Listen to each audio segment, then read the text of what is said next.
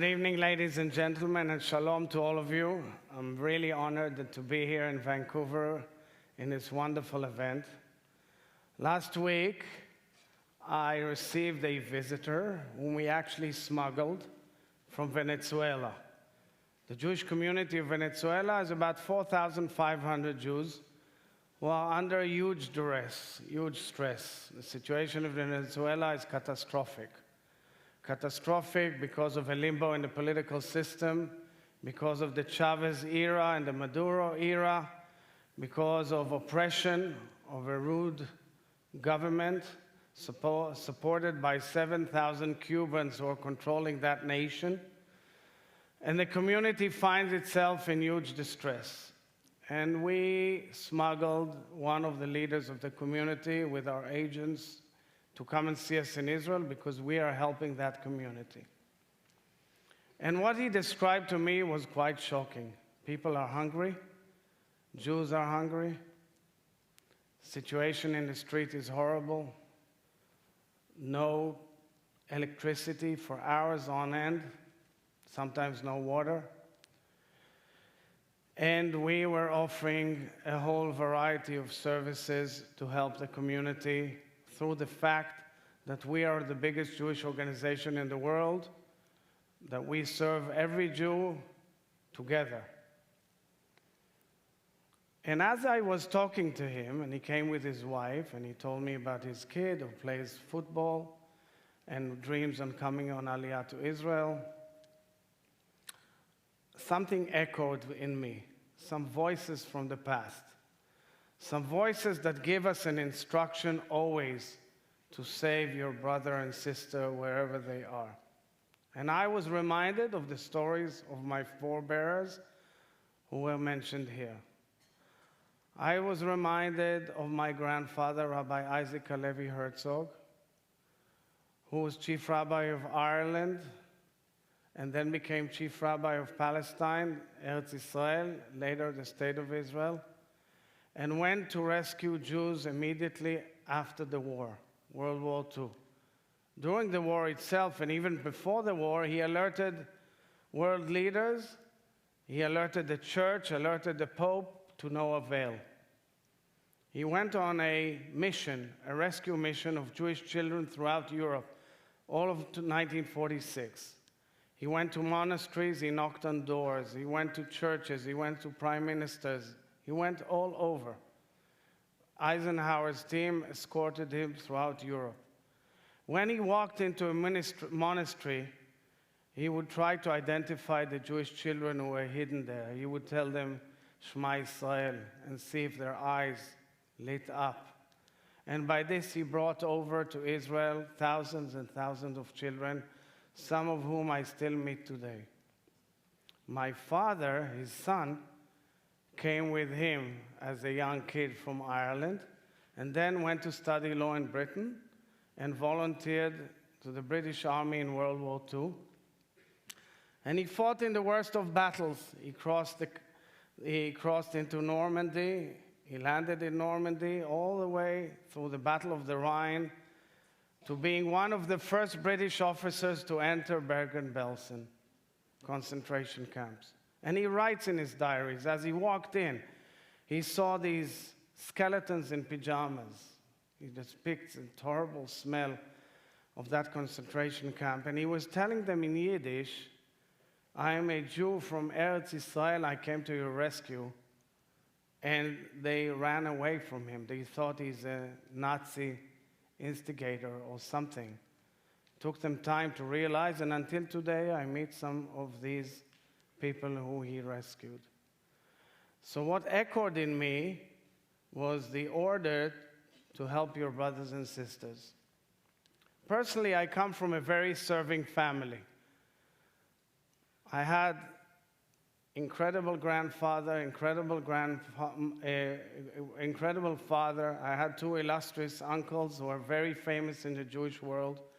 One was Abba Eban, a legendary Israeli foreign minister, outspoken, great leader, whose lectures have covered the whole universe.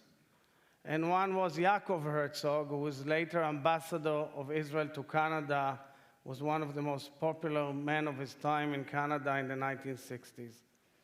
So you can imagine what a Shabbos dinner is in our family. And all I can say that when me and my wife, Michal, who's here with me today, were becoming serious, my mother asked her, "Do you know what you're going into?" But seriously speaking, we have an obligation every generation to take care of our people. Bechol dor vador. This is what we do. And I think the fact that the great Jewish collective understands that bechol dor vador, in each generation, we must carry on the torch of helping our brothers and sisters, is a great Jewish tribute. So this is what I do in the Jewish Agency. I was very active in politics in Israel, but I took the role of the biggest Jewish organization in the world to help my brothers and sisters, but not only on the helping side of things, but thinking strategically about the fate of the Jewish people. We are here in an event of the Jewish Federation of Vancouver. Without collective, without federation, without the ability of the community to work together, there would be no Jewish continuity. And the communities work with us, the Jewish Agency, which, as was mentioned, supports the communities in a variety of projects.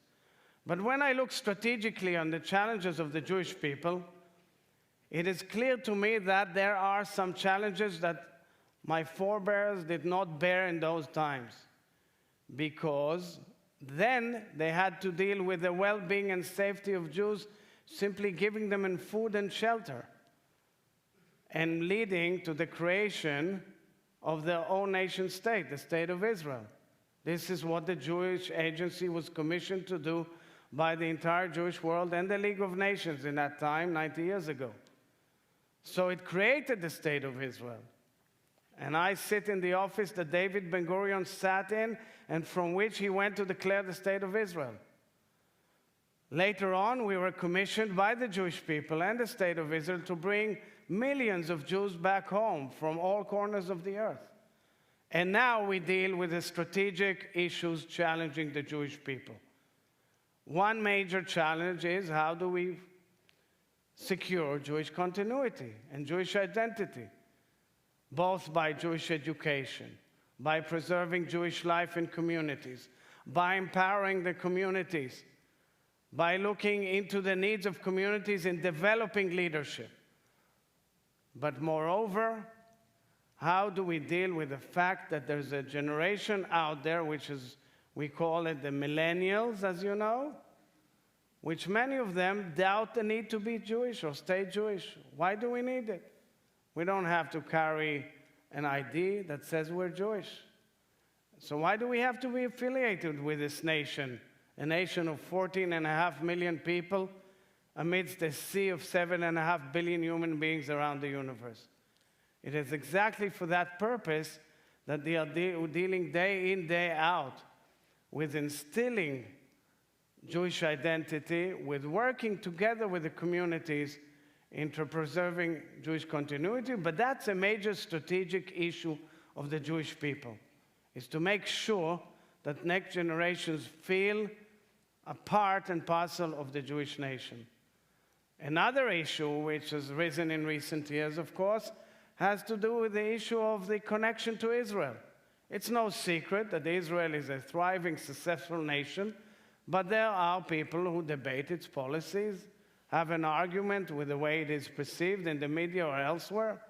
I was leader of the opposition. You can take my speeches and use them, but that doesn't mean anything. These were given in the flow of one of the most democratic parliaments on earth, which covers a whole variety of views which you hardly see anywhere. For example, we have Muslim Brotherhood in our parliament. But the fact that there are outside forces out there that are delegitimizing the mere right of the Jewish people for self-determination, this is what shocks us and me. And this is what we are fighting on campuses and dealing with Israel hate that emanates from various political forces around the globe. And that's what a young millennial meets when he gets to campus. And our challenge is that people understand the just cause of Israel on the one hand, and they can ask questions and debate and argue like you debate and argue the policies of any government around the world. And there comes, of course, the issue of anti-Semitism, as was mentioned here. Paradoxically, in an era where you'd expect humanity to move forward, we see so much hate coming about from various quarters in our societies. Unfortunately, even in Canada, there's a rise in anti-Semitism. There's a rise in anti-Semitism in Europe. A recent CNN poll showed a lack of knowledge of the Holocaust in Europe. So these are one of the major challenges that we are dealing with: Jewish continuity, identity, young generation, anti-Semitism, Israel, and of course making sure that we stay together as one nation amidst the challenges of our generations.